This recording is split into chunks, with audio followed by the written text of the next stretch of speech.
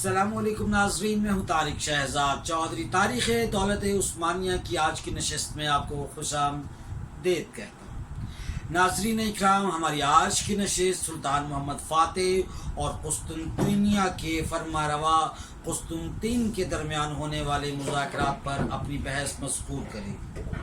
ناظرین اکرام، ہماری آج کی یہ جو نشست ہے، یعنی قسط نمبر 22 اور اس کا حصہ نمبر 4، یہ اقبال کے اس شعر کے مصداق ہوگا کہ میں تجھ کو بتاتا ہوں کہ تاریخ کیا ہے، شمشیر و سنا اول، طاؤس و رباب آخر۔ تو ناظرین اکرام، تمامی مورخین نے جب یہ جو جنگ کا جو پہلا حصہ ہے، جہاں مسلمانوں کو یعنی عثمانی سپاہ کو شدید قسم کی پیش قدمی جو انہوں نے اپنے منصوبے کے تحت کر رکھی تھی، اس کو بہت بڑی مزاحمت کا سامنا کرنا پڑا، اور قسطنطنی جو فرما روا تھا اس نے بھی منصوبہ بندی کچھ کم نہ کر رکھی تھی، اور اس کے سارے جتھے اور سپاہ وہ اپنا سینہ فسینوں کے ساتھ لگا کر جما کر لڑ رہے تھے۔ اور اس حوالے سے یہ کہنا بہت مناسب ہوگا، تمامی مورخین اس پر بات کی ہے کہ بہت زبردست قسم کی جنگ ہو رہی تھی، پے در پے حملے ہو رہے تھے، اور کوئی یہ نہیں جانتا تھا کہ اس جنگ کا نتیجہ کیا ہوگا۔ جنگ کے نتیجے کے ساتھ ساتھ جو حکمت عملی سلطان فاتح نے بنائی تھی، اور فسینوں کے حوالے سے کہ فسینوں کے قریب پہنچنا ہے، وہ تو درکنار بحریہ جو عثمانی بحریہ کا شاخ زیری تک نہ پہنچنا، وہ ایک ہی راستہ تھا۔ اور اس سارے درمیان جو جتنی بھی یہ جھڑپیں ہوئی، اس درمیان ایک بات یہ طے ہو چکی تھی کہ ایک ہی راستہ ہے کہ اگر ہم نے جو فسیلے ہیں قسطنطنیہ کی اس تک پہنچنا ہے، یا تو کعبے کے دروازے کی طرف سے اگر جانا ہے، یا اس کے مشرقی اور مغربی کناروں کی طرف سے جانا ہے، تو سلطان نے ایک بڑا اچھا منصوبہ بنا رکھا تھا کہ اگر کسی طریقے سے ہم ان کو مغربی اور مشرقی کناروں سے اگر ان کی فوج کو تقسیم کرنے میں ناکام ہو جائیں، اور کسی طریقے سے ہم اگر خشکی کے راستے سے ہم فسینوں کی طرف جانے کی کوشش کریں، تو اس میں جو بیزنطینی فوج اور سپاہ ہے یہ بکھر سکتی ہے، اس کو ان کو مختلف حصوں میں بانٹنا پڑے گا۔ سلطان نے اپنی فوج کے 3 حصے، یہ 3 یونٹ کر رکھے تھے، 3 یونٹوں میں یہ فوج اپنی اپنی جگہ پر لڑ رہی تھی۔ توپ خانے کو بھی باقاعدہ طور پر سلطان محمد فاتح کمان کر رہا تھا، اور بڑی بے جگری سے لڑ رہا تھا۔ قسطنطین بھی اپنی اس کی بھی جو 2 ہی طرح کی اس کی جنگ ہو رہی تھی، ایک تو وہ اپنی دعاؤں اور مناجات کے ذریعے کر رہا تھا، اور دوسرا وہ اپنے کمانڈر سپہ سالار جو بیزنطینی فوج کا سپہ سالار تھا، اور وہ جس کی زیادہ نگاہ چونکہ بحریہ پر تھی، اور وہ ماہر بھی ایک بہت بڑا جہاز راں تھا، اور جنگی جہازوں کی جنگی کارروائیوں کا بہت بڑا ماہر تھا، اس کا نام جسٹن کو جو ہدایات مل رہی تھی وہ اس پر کام کر رہا تھا۔ لیکن یہ جو پوری جنگ لڑ رہی تھی، تمام مورخین نے یہ لکھا ہے کہ اس میں جو بہت سارے لوگوں کے نام آئے، بڑے دلیری کے ساتھ لڑے، لیکن ان میں ایک نام جو بار بار تکرار کے ساتھ آیا وہ سلطان محمد فاتح کا ہے۔ وہ بذات خود آگے بڑھا، اس نے خود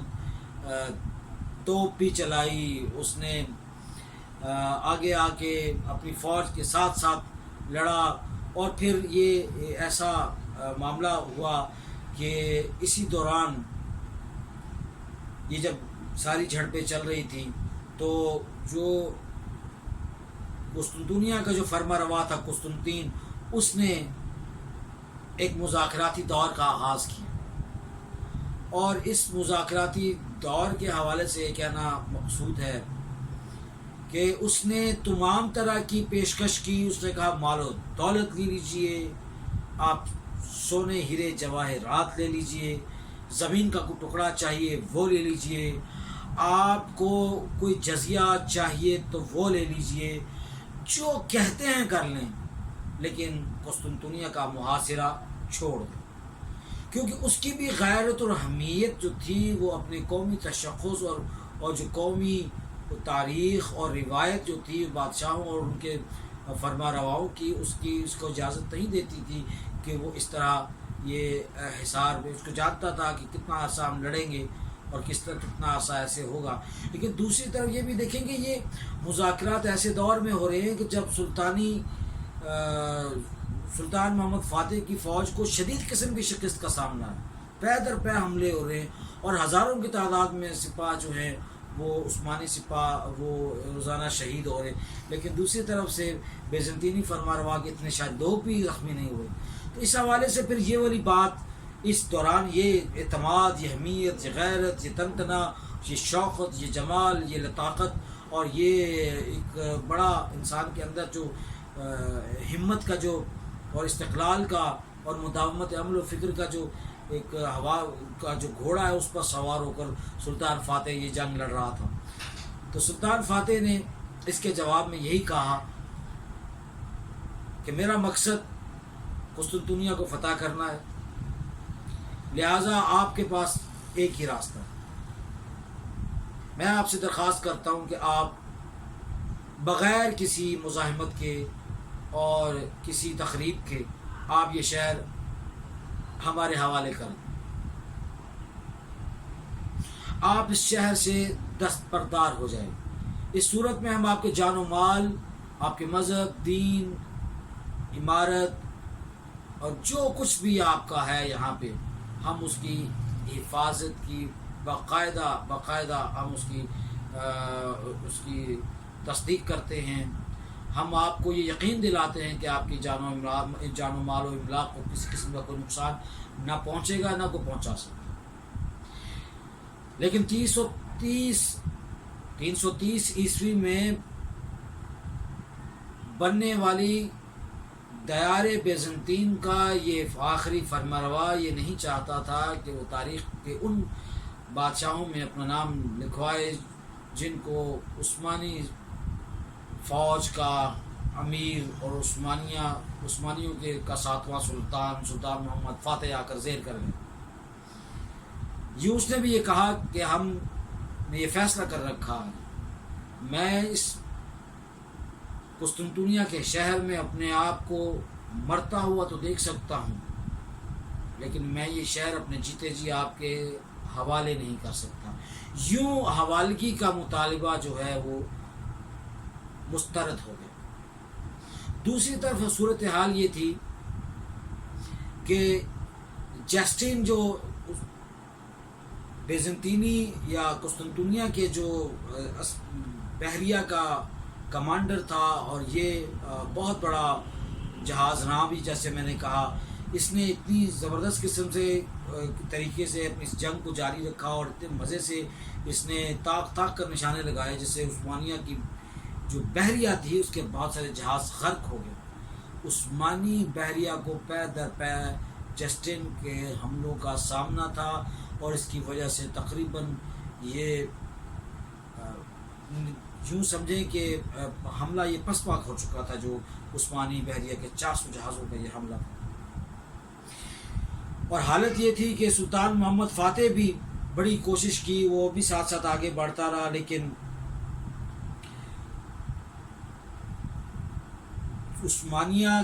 تاریخ عثمانیہ کی شاید بحری تاریخ میں اتنی بڑی جو وہ شکست کا سامنا بحریہ میں اس سے قابل کبھی بھی عثمانی سپاہ کو نہ تھا۔ حالت یہ تھی کہ سلطان فاتح خود گھوڑا دوڑا کر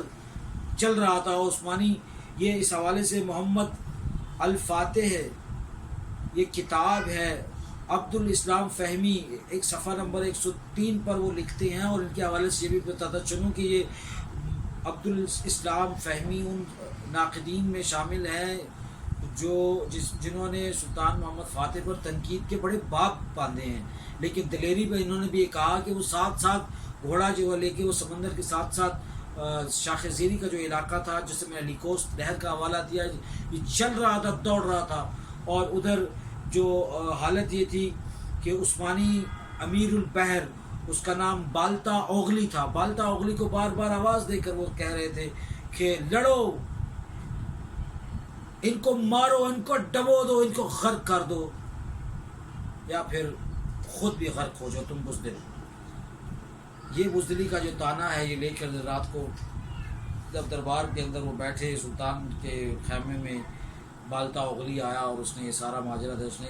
سلطان سے کہا کہ سلطان آپ مجھے اور جو کچھ کہہ دیتے، لیکن خدا را مجھے بزدل مت کی، میں بزدل نہیں ہوں۔ ہم نے اپنی پوری کوشش کی لیکن جسٹن اور اس کے جہازوں نے ہماری ایک نہ چلنے دی، اور پھر شاخ زیری پر وہ زنجیریں اور وہ جو مشکلات ان کو سامنا تھا، یہ بڑی ایک شدید قسم کی مشکل کا سامنا تھا۔ سلطان نے بھی معاملہ فہمی کرتے ہوئے اس بات کو درگزر کیا، لیکن عثمانی بحریہ کا امیر البحر تبدیل ہو گیا، اور اس طرح حمزہ پاشا کو سلطانی بحریہ کا جو عثمانی بحریہ کا امیر منتخب کر لیا گیا، اور حمزہ پاشا نے ہدایات وصول کی سلطان محمد فاتح سے، اور وہ پھر جناب یہ سارا سلسلہ اسی طرح سے ہوا۔ اگلے دن پھر یہ جنگ چلی، اور یہ جنگ کا ایک سلسلہ چلتا ہی جا رہا تھا، یہ کوئی 2 4 5 دن کی جنگ نہیں رہی، اور یہ پھر ایک وقت آئے گا جب آپ دیکھیں گے کہ یہ کس طرح سے جو پاشے اور دیگر جو ان کے ساتھ لوگ تھے انہوں نے کس طرح سے اپنی ہمت کو، جذبے کو کم ہوتا دیکھ کر بادشاہ کو کیا کیا مشورے دیے۔ تو حمزہ پاشا بھی جب یہ لڑ رہا تھا تو امیر البحر ہونے کے اس بڑے جذبے کے ساتھ یہ لڑ رہا، لیکن ان کی ایک نہ چلنے دی، اور آخرکار صورتحال یہ ہو گئی کہ جو وزیر تھا ان کا خلیل پاشا، اس نے سلطان کو باقاعدہ طور پر یہ مشورہ دیا کہ سلطان خدا را اب بہت ہو گیا، بس کر دیجئے، محاصرہ اٹھائیے اور واپس چلیے۔ ہم نے اپنی بہت ساری